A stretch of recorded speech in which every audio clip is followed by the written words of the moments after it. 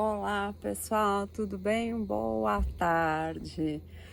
Não é fake esse cenário atrás de mim, é real, tá, gente? Tô no sítio, então olha, tô menos descabelada, tô sem óculos, mas já eu ponho porque eu não consigo ficar com o olho aberto. E vamos lá. Tema do vídeo de hoje é como superei a síndrome do pânico. Pois é, gente, é uma coisa super grave, super difícil, mas totalmente possível de ser superada. Eu tive a síndrome do pânico aí por volta de 2001, tá? Sei mais ou menos isso porque meu filho tinha uns 3 anos de idade, mais ou menos, ele é de 97, então mais ou menos nessa época. Foi uma coisa assim que é inexplicável, mas é pior que um filme de terror, tá? E aí eu vou contar algumas coisas para vocês que podem até parecer mentira, mas não é mentira, né? Para quem me conhece, eu não tenho o hábito de inventar as coisas e tal. E é muito difícil, gente. Foi muito difícil. E aí eu lembrei desse tema e tal, eu falei, vou trazer isso porque são as coisas que abalam a gente de uma forma gigantesca, né? Então, gente, o que aconteceu? Pra quem já viu alguns vídeos meus sabe que eu perdi um filho 3 dias antes do parto, tive parto normal, isso foi em 96. Não foi por causa disso que eu tive a síndrome do pânico. Poderia ter sido, porque foi um outro filme de terror, mas não foi por isso. Meu filho é de 97, ou seja, passado um ano da perda, tive meu filho ok. Saudável, lindo, maravilhoso. Não estava vivendo nenhum problema aparente, tá? De peso, dessa importância e magnitude na minha vida. Mas aí teve 2 pessoas que eram do meu convívio, não da minha família, próximas, 2 pessoas de idade até, mas que eu tinha muito contato e gostava muito delas. Elas faleceram num intervalo muito curto de tempo. Tipo, uma faleceu em fevereiro, a outra faleceu em maio, junho. E essa que faleceu na sequência foi em decorrência de tanta tristeza da perda da outra. Embora as 2 já tivessem uma certa idade, eu acho que foi por isso, né? Quem sou eu para falar? Mas é o que eu acho. E aí, gente, o que aconteceu? Depois dessas 2 perdas, que eu comecei a desenvolver a síndrome do pânico. E como que foi, o que aconteceu, né? As 2 mensagens que eu tive do falecimento dessas 2 mulheres, senhoras, tal, que eu tinha muito contato, eram parceiras de jogar tranca. Então, imagina quanto que a gente se divertia junto e passava finais de semana a fio, madrugadas a fio, jogando tranca juntas. E uma delas era auditora da Receita Federal. Um nível de inteligência que era ponto fora da curva. Então não eram senhoras apenas ali tricotando. E que fosse, não teria problema nenhum. Mas era muito estimulante você estar perto de uma pessoa com tanta idade e além de uma pessoa boníssima, né? O nome dela era Bia e ela tinha muito dinheiro e ela adotou 10 crianças. 10 crianças ela adotou. Então era uma pessoa ímpar, generosa, simples, amorosa. Então foi uma perda realmente muito significativa para mim, que eu era muito nova, né? Imagina. Eu tinha ali 22 anos, faça uma ideia, né? E aí, com isso, foi uma perda. Ela foi fazer uma cirurgia bariátrica, né, gente? Teve uma fístula no intestino e deu uma infecção generalizada e tal, porque ela era obesa. E a outra, que era uma amiga dela também, tia Zina, que jogava baralho junto. Então, era uma dupla, essas 2, que realmente fez muita diferença na minha vida, essa perda. E não eram da minha família. Mas, enfim, aí tudo eu recebi a notícia por conta de, como fala? Tô segurando aqui, gente, porque o celular tá apoiado no ombrelone e pode ser que saia voando a qualquer momento. Mas a ideia era mudar o cenário. E aí, gente, o que aconteceu? Eu recebi essas 2 notícias do falecimento por telefone, óbvio, né, gente? Porque uma estava internada e a outra, não lembro qual foi exatamente o motivo do falecimento dela. E aí, o que aconteceu? Eu entrei em pânico porque eu achava que cada vez que fosse tocar um telefone, eu ia receber a notícia de que mais alguém tinha morrido. Meu cérebro associou isso e eu entrei no modo pânico. Então, eu achava que eu ia morrer todos os dias do coração. Eu achava que quando o meu telefone tocasse, eu ia receber a notícia de falecimento de mais alguém. E isso foi tomando uma proporção horrível, muito grande, meu filho pequeno. Eu, para atender um telefone, gente, nessa época eu morava em casa térrea. Eu pegava o telefone sem fio, eu ia para a rua, para o meio da rua, tremendo fisicamente, com pânico de atender o telefone. E eu fazia isso porque eu pensava, se alguém morreu e estiver no meio da rua e eu receber a notícia, eu tenho para quem correr, que seja um carro, um vizinho, né, alguma coisa. Então ali eu já estava pirando, bem pirando, né, mas a coisa foi piorando muito mais do que isso, né. E aí o que aconteceu? Eu não conseguia mais ficar em casa sozinha. Então a minha mãe me buscava, me levava para ficar na casa da minha avó paterna, com o meu filho, que tinha esses 3 anos mais ou menos, de 2 a 3, 4 anos mais ou menos. E eu ficava lá na casa da minha avó, com o meu filho, trancada dentro de casa, porque eu não conseguia ficar sozinha em casa. Eu passava mal. Além do que, eu não podia tomar banho quente. Porque se eu tomasse banho quente, eu achava que eu ia cair a minha pressão e eu ia morrer, eu ia infartar e morrer. Então, se passava a polícia na rua, porque eu lembro que aconteceu isso uma vez, passou uma viatura lá, com negócio lá, sirene ligada e tal, e eu tava dando banho num cachorro que eu tinha do lado de fora, era um pastor alemão, e passou essa viatura voando assim na rua. Eu larguei o cachorro, gente, entrei correndo e não saí mais de casa. Então ficou a mangueira ligada, o cachorro ensaboado. Gente, é um filme de terror. E tudo isso, eu chorando e tremendo dentro de pânico com uma criança em casa. Então assim, só quem viveu algumas dessas experiências vai conseguir entender minimamente o que é isso, né? Os gatilhos a todo momento. Então eu achava que eu estava faltando ar, que estava caindo minha pressão. Eu cheguei ao ponto de olhar no espelho do banheiro dessa mesma casa e eu vi. Você vê como a nossa mente ela é perigosa. Eu vi o meu coração batendo, tipo, como se fosse não sei explicar, como se fosse um exagero ali, uma coisa para fora quase do peito. Eu vi esse movimento aqui assim, gente, eu juro. E aí chegou ao ponto de uma vez eu ligar para minha mãe, tarde da noite, meu filho estava com febre, estava doente. E eu liguei, mãe, tô passando mal, vou morrer. Minha mãe, graças a Deus, morava perto de casa. Aliás, diga-se de passagem, eu não tenho uma mãe, eu tenho um anjo, que Deus sabia o que seria da minha vida. Então colocou ela como mãe para me ajudar e me ajuda até hoje em absolutamente tudo. E ela foi na minha casa, me pegou, nós fomos pro hospital. Não vou lembrar o hospital, vê que eu tenho vários apagões aí na cabeça, porque minha memória é péssima, ou minha memória preferiu apagar. Eu não lembro qual foi o hospital que eu fui. Se eu não me engano, foi um que era João 23 público, perto da minha mãe, porque era mais perto, mas eu não tenho certeza, tá, gente? Na época eu acho que eu tinha até um ótimo convênio, mas acho que foi o primeiro. Enfim, não vai fazer diferença o negócio, né? Mas aí eu passei no médico, fizeram um eletrocardiograma, fui super bem atendida prontamente. Meu filho lá ardendo em febre e eu no hospital. Aí saiu lá o eletro, acho que foi isso, e o médico pegou e me chamou lá na salinha para consulta, para explicar. O médico, coitado, gente, fez uma brincadeira comigo para tentar me acalmar ou relaxar.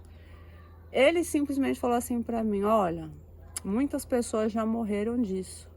Quando ele falou isso, aí realmente faltava pouco para morrer, né? Porque eu já fui pro hospital achando que tava morrendo. Aí o médico fala um negócio desse, eu falei, tá vendo? Tinha razão, eu tava certa, eu estava morrendo, né? E aí o médico falou assim, olha, você não tem nada, você deve estar com uma crise de ansiedade, de pânico, tal, não sei o quê. Até eu processar essa informação, eu queria matar o médico. sabe? Porque o pânico, gente, é só quem tem. Só quem sente um negócio desse, você fica absolutamente fora de controle, né? Você acredita naquilo, 100%. Então é muito difícil, né? E aí ele quis me receitar um remédio, eu tenho medo de tomar remédio, porque eu acho que eu posso criar uma dependência, e eu sou super de não ter dependências e tal, né? Então, tomava maracujina líquida, com medo de tomar maracujina, mas tomava. Mas aí fala, tá bom, cara, então, né? Teve episódio também, gente, de passar helicóptero em cima de casa. Helicóptero sobrevoando, né? A gente mora em São Paulo. E eu entrei embaixo da mesa com o meu filho. Então, assim, eu olho e lembro dessas coisas e tenho a clareza, a ciência do nível de loucura que eu vivi, né?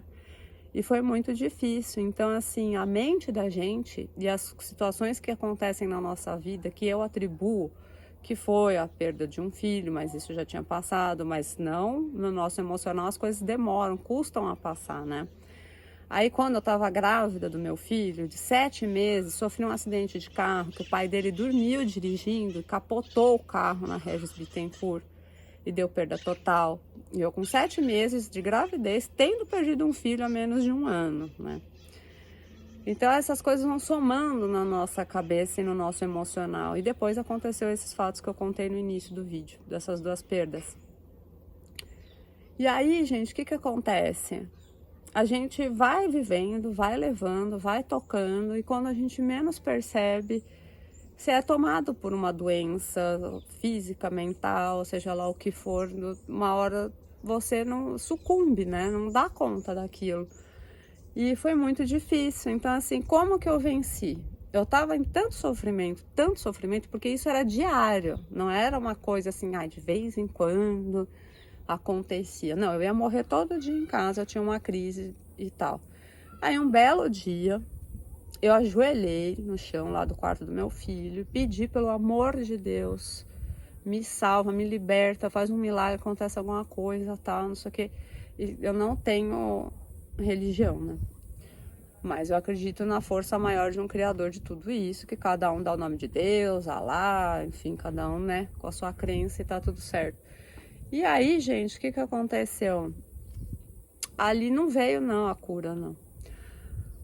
Eu comecei a estar tão desesperada para não viver mais aquela situação, para não viver mais aquela emoção, porque era um sofrimento absurdo, né? De você não conseguir fazer coisas mínimas, que é tomar um banho sem achar que você vai morrer, que é atender um telefone sem achar que alguém morreu. Realmente a nossa mente ela é ardilosa, sensível, e tanto para o bem quanto para o mal, né? E está totalmente associado às nossas emoções e aos pensamentos. E aí, como que eu superei isso? Porque eu não estava tomando remédio tarja preta, eu não estava sob controle neurológico, né, com drogas específicas para isso. Não julgo quem as tome. Eu não tomei porque eu acredito que Deus me fez perfeita e que o meu corpo tem os recursos necessários para que eu consiga transpor as dificuldades. Mesmo quando eu perdi meu filho, eu não tomei nenhum tipo de calmante, nem nada. Então eu acredito que não julgo quem tome, faça uso, porque cada um é cada um, cada caso é cada caso, mas estou falando de mim exclusivamente. E aí o que aconteceu, o que eu fiz? Eu comecei a cada momento que eu tinha a crise, eu juro para vocês, cada momento que eu tinha crise, que começava a sentir o coração bater mais forte, porque o meu negócio era que eu ia morrer do coração, minha noia era essa. O que eu fiz, gente? Eu pegava naquela hora do pânico, exatamente naquela hora, tá bom, gente?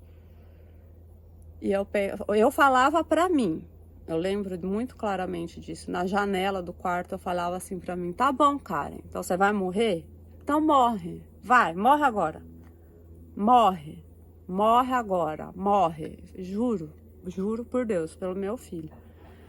E eu fazia isso. E aí passava um pouco e eu passando mal, né, gente? Não era assim, ai, morre. Não morreu, hein? Ah, tá vendo? Não. Aí eu ficava assim, com o olho desse tamanho, provavelmente dilatado. E aquilo ia passando, e aí a primeira vez passou, eu falei, ai, nossa, né? Suava, frio, uma coisa assim, sem precedentes. E aí vinha de novo a crise, eu fazia a mesma coisa. Quando eu começava a sentir, gente, porque eram vários momentos do dia, né? A noite era muito pior. E aí eu fazia a mesma coisa. Eu falava assim, então, morre, vai, morre. Então você vai morrer agora? Então fazer o quê? Não tem o que fazer. Você vai morrer, morre. Então, morreu. Eu falava essas palavras. Eu não estou inventando, tá?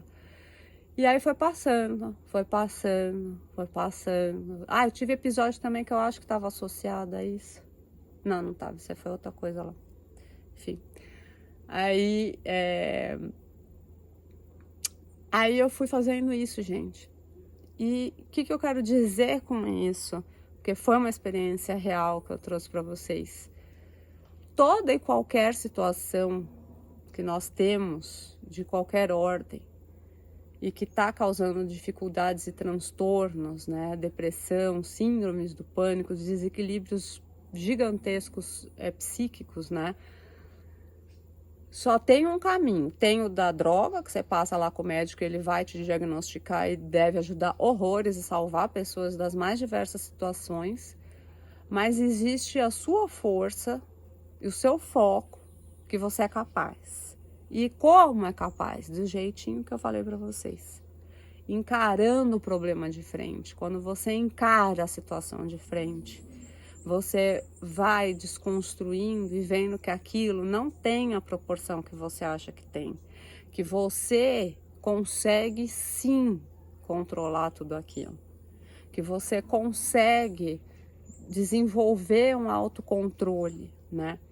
Então, gente, seja lá qual a situação que vocês estejam vivenciando, de perda de ente querido, que é outro buraco sem fim, perda de algum bicho de estimação, perda de tudo, né? Tem pessoas que têm suas casas queimadas, tem tragédias que acontecem, tem doenças, tem tudo, né, gente? Olhe para dentro de você e fala assim, eu consigo. Eu consigo. Eu como, não sei, mas eu vou fazer aquilo que eu acho que me der, eu vou fazer. Eu vou passar por isso. Porque tudo tem solução. Absolutamente tudo tem uma solução. Que seja para amenizar, que seja para atenuar. Mas se a gente focar, estou passando mal, vou morrer, você vai passar mal. Talvez você morra, porque você vai desenvolvendo mais problemas com relação a tudo. E quando você fala assim, não, para, chega, isso aqui eu não aguento mais viver nessa situação, eu preciso resolver isso, você vai conseguir, tá? Tô falando isso de uma coisa que aconteceu, imagina, 2000, por volta dos anos 2000, nós estamos em 2025, eu nunca mais tive nenhuma crise de síndrome do pânico desde então. Então tem outras coisas que aconteceram nesse período, nossa gente, milhares, né?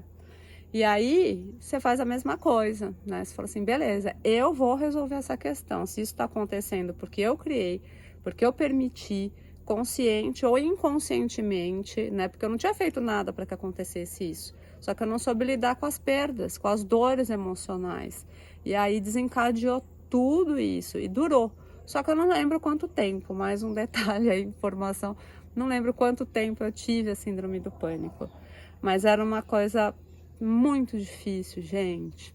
Então eu espero que de alguma forma esse vídeo, essa mensagem possa trazer qualquer tipo de luz, de claridade para alguém que vive algo semelhante. Veja que o que você está vivendo foi algo que aconteceu e você não está sabendo lidar com o emocional. Vai buscar um terapeuta, vai buscar um psiquiatra, vai buscar um grupo de apoio. Faça qualquer coisa, mas não dê alimento diário para o seu problema. Não alimente ele, não acredite, porque o que a gente acredita na nossa mente, a gente constrói no corpo. Passa para o corpo. Eu tinha sintomas físicos. Estava tudo aqui na minha cabeça, mas veio para o físico, tá bom, gente? O assunto não é dos mais agradáveis, mas é de suma importância. Um beijo, excelente final de semana para vocês. Espero que o barulho dos passarinhos seja melhor do que o carro da pamonha.